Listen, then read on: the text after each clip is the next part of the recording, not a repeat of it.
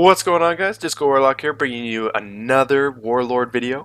In this one, I am showcasing that I have finally made it. I hit Rep 3, guys, and I've also hit max gear score. So without further ado, I just want to let you guys know, in my opinion, the best Warlord build, and in fact, for most classes, it's always good to go Revenge mode.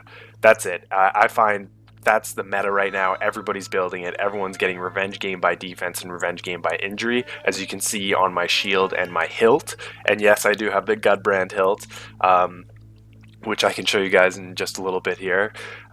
So on to the rest of my build. For your weapon, you're going to want stamina cost reduction, and this is a must. The fact that I just happen to have defense over attack is how it's worked out for me right now in terms of the gear that I've gotten. However, once I do find a blade that's going to be attack and stamina cost reduction, I will probably switch to it. But right now, running basically a full tank build here, you become unstoppable. And I will show you guys in a later video in my Dominion gameplay where you hold a point and no one can push you off of it. I have 2v1 guys, 3v1 guys. It's just insane. How quickly you get into revenge mode, the defense that you have as the Warlord, and with exhaustion recovery maxed out, you can pretty much spam everything you want. Stamina cost reduction makes your moves cost pennies. It's like an onslaught. You become like an Apache fucking helicopter swooping in here and just wiping the place out, and nobody can do anything about it. I mean, yeah, there are times where I'll die or something, but at that point you've already hit feat level 4 and you have the auto revive. You get right back up. It's just like, come on, fight me, right? He's got no health, and now you just pummel him in 2 heavy attacks because you have unlimited stamina. And on top of that, your throw distance is through the roof, so you're just tossing guys off every ledge possible. So without further ado, I'll just go into a little bit more about my detail on my gear. So here's the Gudbrand hilt. I think it looks pretty cool. I've seen the blade. It looks like a sawtooth kind of looking blade, but I really like the look of this one, the stellar blade there. And my shield too. I've come across a few really neat ones. I haven't found the Gudbrand shield yet, of course, because that's for those of you that have seen it, it's gold and it's kind of got gemstones on it. I think that one's really cool.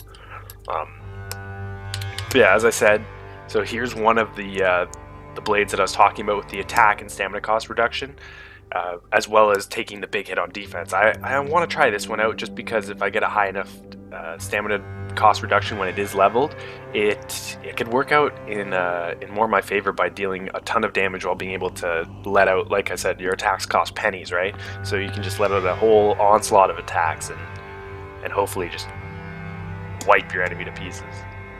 So once I get this upgraded to max level, I'll let you guys know. And the blade doesn't look that bad either. Reminds me of a He-Man sword.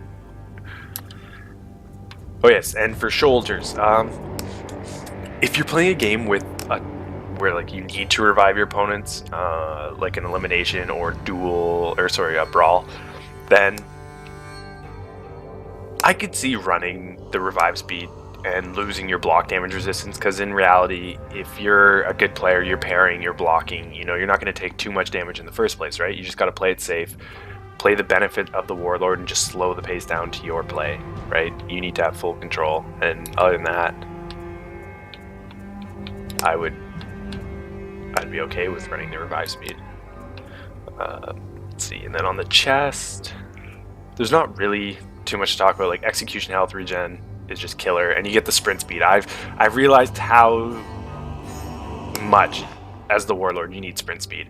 Peacekeepers, berserkers, orochis, like any fast moving guys are gonna catch up to you and just gun you down if you try to run away. However, as the Peacekeeper, as the Warlord, I tried to, stand my ground. As a Peacekeeper, yes, of course, I'd run away because that's all they do. They're just a bunch of faggots and they just run away. Alright, I went over my feats in the other video, but just to give you, just a quick run over. I run Deadly, Flesh Wound, Punch Through, and Auto Revive. I feel that these are the best feats for the array of game modes that they do have.